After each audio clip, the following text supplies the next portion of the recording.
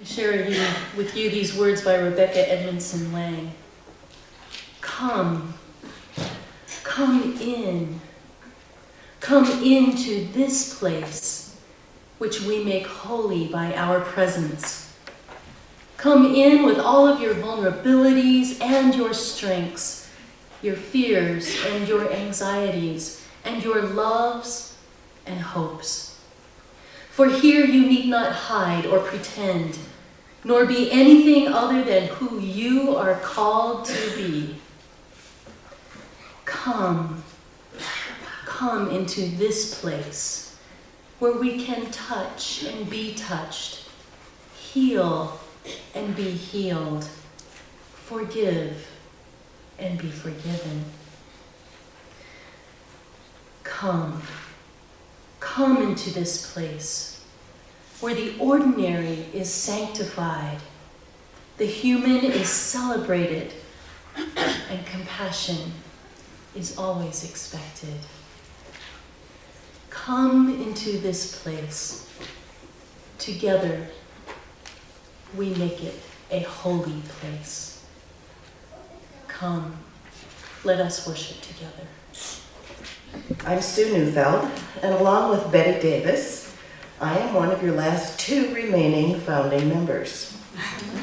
We are both also members of the Small Group Ministry Steering Committee, along with 4 others, and with a goal of reinvigorating the Covenant Group program here at High Plains while we support our High Plains mission, which is to nurture a loving, respectful religious community, to inspire spiritual growth, and to act for social justice.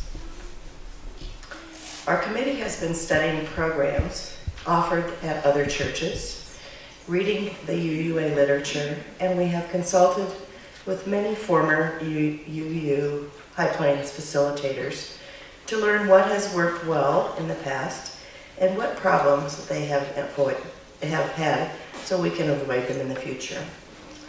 For years, many of you have taken part in Ultimacy and Intimacy, or UNI groups, or more recently, started by Beatrice, Reverend Beatrice, the Soul Matters groups, which followed worship themes. Yet others, new to High Plains, don't know how wonderful these positive experiences can be. The 3 basic legs of this program are intimacy, where we develop personal connections; ultimacy, where we explore the meaning of larger questions of life; and inspired action, where we as a group give back to the community or High Plains. Formerly, when we were a church in a box, without a sanctuary or meeting rooms during the week, it was so imperative to have our covenantal UNI groups to meet with regularly so we could develop deeper personal relationships with church members and have interesting spiritual discussions outside of Sunday service. I fondly recall many years of regular UNI meetings in members' homes, those group compositions, the caring friendships that I developed, and getting to know people more deeply. Usually we served beverages and a snack, but occasionally we shared a potluck meal. Together we explored topics I would not otherwise have undertaken with my workmates or neighbors. Along the way, it helped to shape my personal philosophy, feed my spirituality, and get to know members of my beloved High Plains community more intimately. Some positive outcomes that I recall are during and after the Waldo Canyon fire. We stepped in immediately to assist several affected group members and their families with housing, meals, support, and restarting a life without one's belongings. We were close, and those bonds prevailed and continue today. My UNI groups always undertook a service project for High Plains or gave something as a group to the annual service auctions, like gift baskets, dinners, or parties. One of my favorite all-time parties was a tacky tourist party that we had our first year in this space. It included food, drink, mini golf, and prizes for participants voted best for their funny outfits and trappings. My favorite dinner memory was an authentic Indian dinner we prepared together for hours, after which a rite of passage ceremony was conducted for an Indian member's young son. Over the years, I've also happily looked forward to and attended many other UNI group party or dinner offerings. The Small Group Ministry Steering Committee pledges to connect you to a group that fits your needs, provide strong administrative support with topics and/or tie-ins to monthly worship themes, develop new church leaders, and provide facilitator training and regular support. We share with Reverend Dana and our Board of Trustees the belief that the small groups will help us achieve our developmental goals and that we are in line with our mission to nurture, inspire, and act. Please join us in the fellowship hall after the service to register to participate. And you're going to be filling out a form such as this. You may sign up for your existing group, or you can join an altogether different one. We are trying out some new formats, some shorter lengths of time, not ongoing. For example, a cycling group and a group that is going to explore social justice themes, Cakes for the Queen of Heaven theology. I personally like to get to know different people more deeply, so I'm going to try something new. My connections to people I've shared groups with over the years remain strong, and I'm happy to have gotten to know and care for them so deeply. You know who you are. That will come from our combined small group ministries.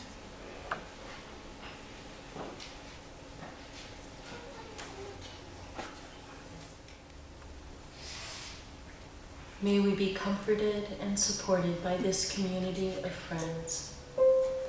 For our greatest healing often comes from sharing from our hearts with one another. May we bless each other with this precious gift, now and always. May it be so. Amen. Our reading today comes from American writer and management consultant Margaret Wheatley. Highly influenced by Buddhism and other faith traditions, Meg Wheatley's approach includes systems thinking, theories of change, chaos theory, leadership, and learning organization. Today, she reminds us that, quote, listening is such a simple act. It requires us to be present, and that takes practice, but we don't have to do anything else. We don't have to advise or coach or sound wise. We just have to be willing to sit there and listen. I believe we can change the world if we start listening to one another again.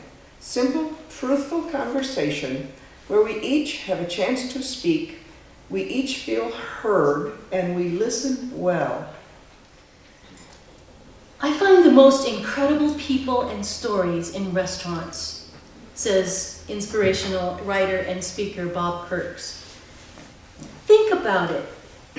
It's your family dinner table removed from your kitchen and placed in a public area.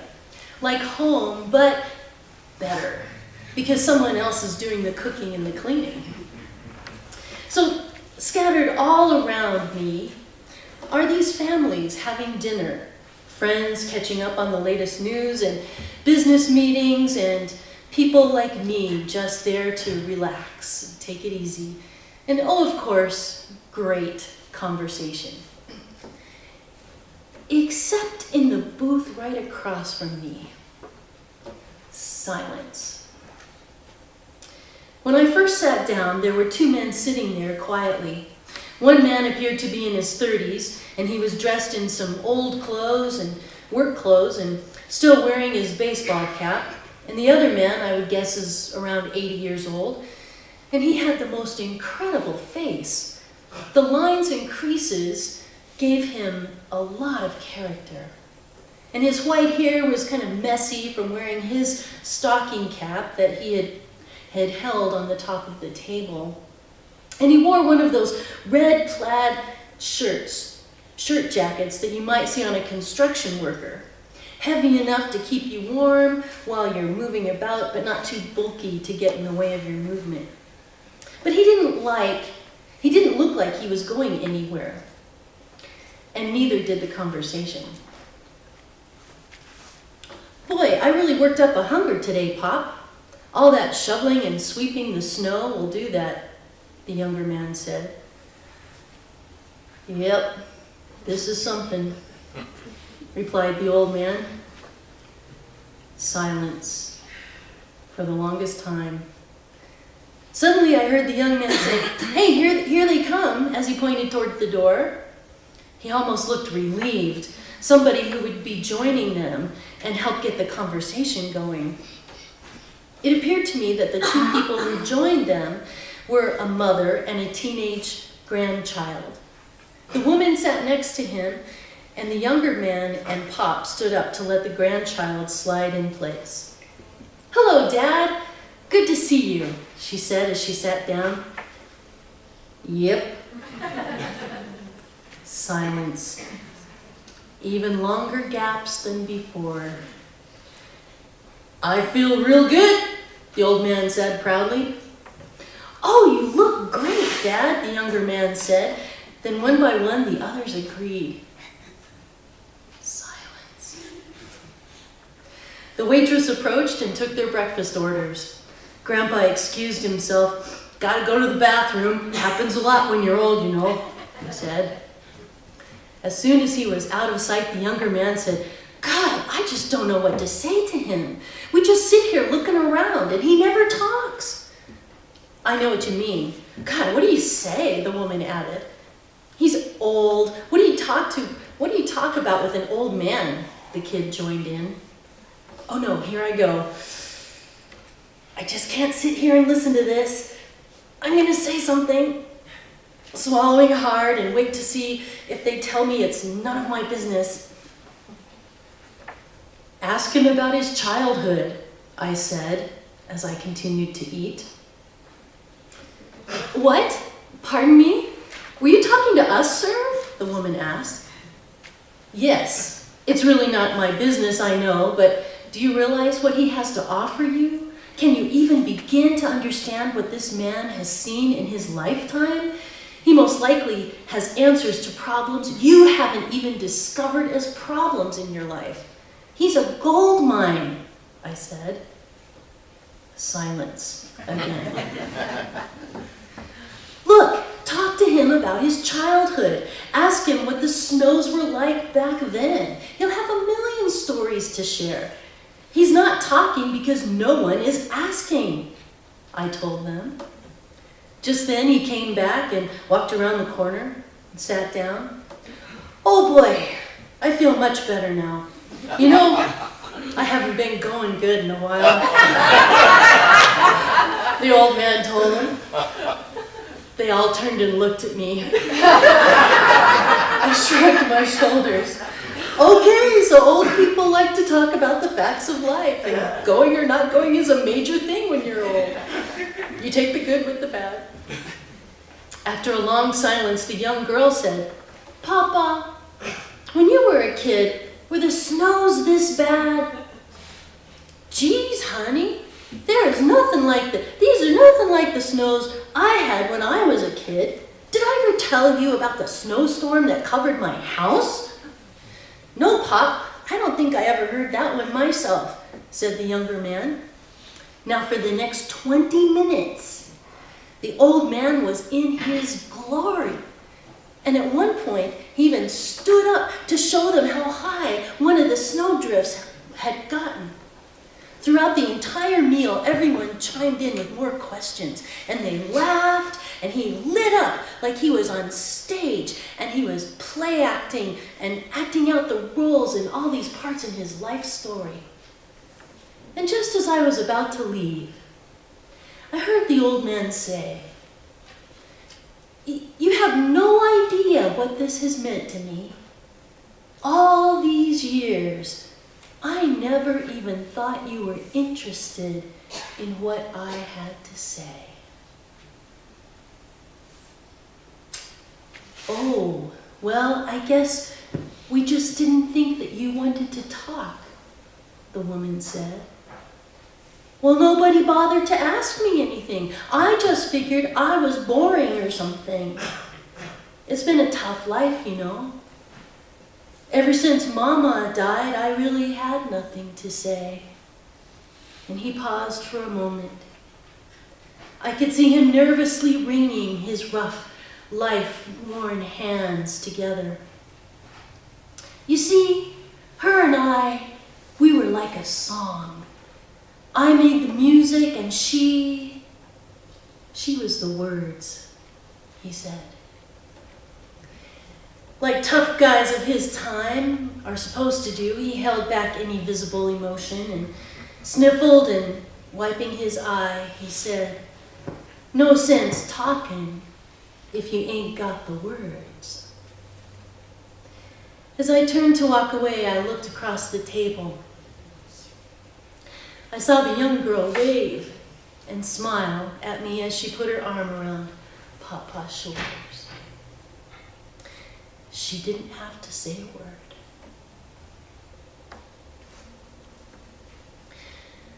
Now, I used to think that there was such wisdom hiding somewhere in the world. If I could just discover it, it would transform my life and the lives of others too, and the ultimate truth would be found at last. If I could just find the right book. I have come to believe, however, that wisdom does exist, but it isn't in some esoteric, hidden, ancient notion or book. In fact, it is in plain day sight. Transforming lives happens when we have this space to tell our stories and have someone else genuinely care enough to listen. As May Wheatley reminded us in the story, listening is such a simple act. It requires us to be present, and it takes practice. But we don't have to do anything else. We don't have to advise or coach or sound wise. We just have to be willing to sit there and listen. Now, most of us want to help, so we might want to jump in and try to advise other people and fix somebody's problems, and that's the most challenging part, is to get out of our own way, isn't it? Yet the magic of transformation happens in the listening and in the telling of the story when it is genuine, open, and compassionate on both sides. And it is transforming for everyone involved.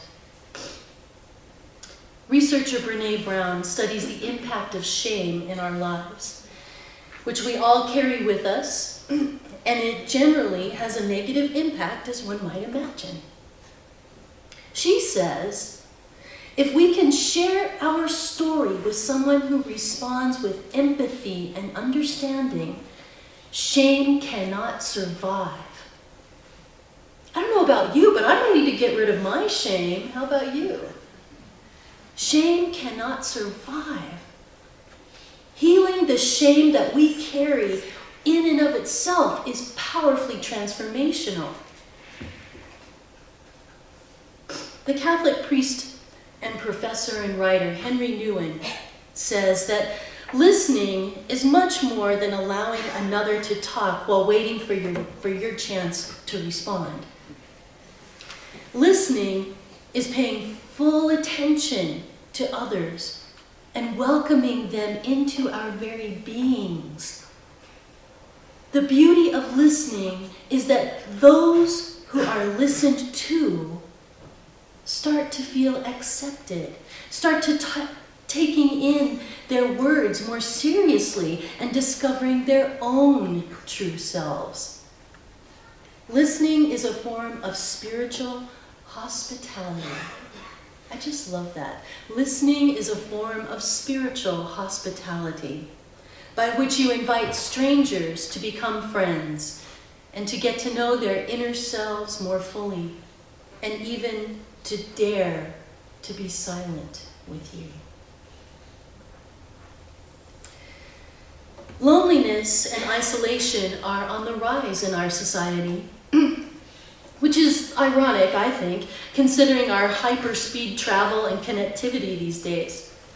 Yet those roads that serve us as Academy out here, serve to connect us, also serve as walls to divide us. They complicate efforts for integration within the community.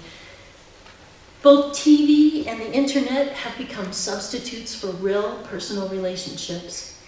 And 1 out of every 4 people in the United States reports that they do not have a single person in their lives that they can talk to. Not one. This goes against the way that humans have evolved to live in our world. As CNN's Dr. Sanjay Gupta writes, from an evolutionary perspective, our prehistoric ancestors relied on social groups, not just for companionship, but for survival. Staying close to the tribe brought access to shelter, food, and protection. Separation from the group, on the other hand, meant danger. Today, when we feel left out, our bodies may sense a threat to our survival. And some of the same pain signals that would engage if we were in real physical pain are flipped on. In the chronically lonely, levels of the stress hormone cortisol shoot up higher in the morning than in more socially connected people, and they never fully subside at night. As human beings, we need to belong, and to not belong causes both deep heartache and physical pain and suffering. Belonging is primal, fundamental to our sense of happiness and well-being. Belonging is a psychological lever that has broad consequences, writes social psychologist and Stanford assistant professor Gregory Walton. Our interests, motivation, health, and happiness are inextricably tied to the feeling that we belong to a greater community that may share common interests and aspirations. Now, that social psychologist who just shared that quote decided to create a belonging intervention at his college, I guess at Stanford. And the main point of the intervention was to communicate 3 things. You are not alone, you belong, and it gets better. Just communicating these messages through the sharing of stories from upperclassmen to new freshmen coming in had a profound and lasting impact on the self-confidence and the resilience and the achievement of all of these students, both the ones giving their encouragement and the ones receiving. And the impact lasted for years. All they did was write a letter sharing some of their own personal experiences. So if this can happen, think of the impact that we can create for each other by practicing compassionate sharing on a regular basis. In fact, there is nothing more important in the life of this church than creating these moments of connection and healing. This is the core spirituality and spiritual practice that we have. And this is the purpose of small group ministry.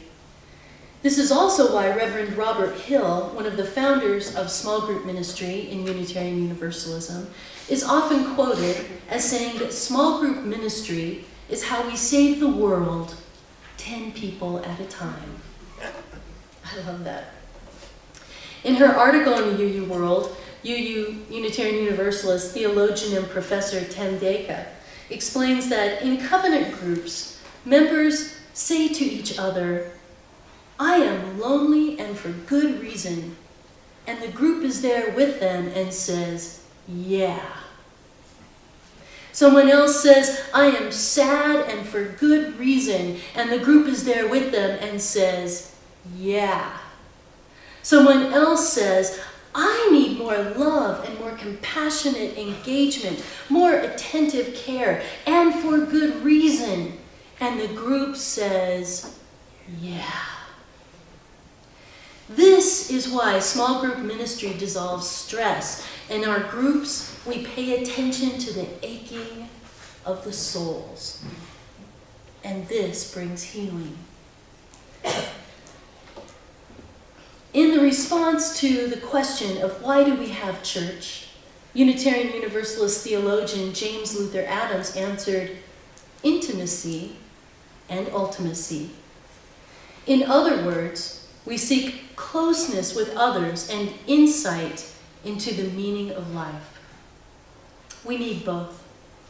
And here at High Plains, you have used the term intimacy and ultimacy as one of your names for small group ministry. I especially enjoy how the name intimacy and ultimacy gets shortened to you and I, which isn't just the letter U and I, but you and I. The other groups that you've had are Soul Matters, and which many of you, in fact, I just want to see a show of hands. How many people here have actually been involved in small group ministry here in one form or another at High Plains over all the years? Isn't that awesome? That's so amazing. You've had a really strong small group ministry program, and we want to grow and build on the program that you've had. What you may not realize is that small group ministry is such a high priority here at High Plains that you have a team of wise and very dedicated people working to reinvigorate and expand the program. And today is the day. Today is the day that we are ready to begin forming new groups. And I encourage you to consider signing up right after the service. Well, I guess you could do it now if you want. After doing extensive research on the best designs, small group ministry, on how to do small group ministry, they have chosen to offer groups that last for a few months this time. These short-term groups create a nice balance to our already established ongoing groups. Anyone is welcome to join, either the short-term groups or the long-standing groups. So don't feel like there isn't room for you, because there is, for each and every one of you. Some of our groups are organized around a particular interest or theme, and others are not. Every group will have time for sharing about what's going on in one's personal life, the intimacy, as well as considering a particular topic of the day, ultimacy. Many groups discuss the theme of the month, which this month happens to be promise. Which reminds me, promise is a key aspect of small group ministry. We call it covenanting. Each group works together to decide how they will function in a group, which creates a strong foundation. And you might even say that it creates a container to hold the group as you work through the process of that day. So my friends, perhaps the meaning of life isn't some ideal, perfect, intellectual concept at all, but rather in learning to connect with others in all of our life stories that live on our hearts. I close with this quote by Margaret Wheatley. "I believe we can change the world if we start listening to one another again. Simple, truthful conversation where we each have a chance to speak. We each feel heard, and we listen well. May we all learn to listen well as we grow this community in love. May it be so. Amen." As a benediction, I share with you an excerpt from a poem by Mark Nepo called The Way Under the Way. For all that has been written, for all that has been read, we are led to this instant where one of us will speak and the other of us will listen. When we meet like this, I may not have the words, so let me say it now. Nothing compares to this sensation of being alive in the company of another. God breathing on the embers of our souls. Stripped of causes and plans and things to strive for, I have discovered everything I could need or ask for is right here in flawed abundance. We cannot eliminate hunger, but we can feed one another. We cannot eliminate loneliness, but we can hold each other. We cannot eliminate pain, but we can live a life of compassion. May we go forward with compassion, remembering that we are held with love with this community.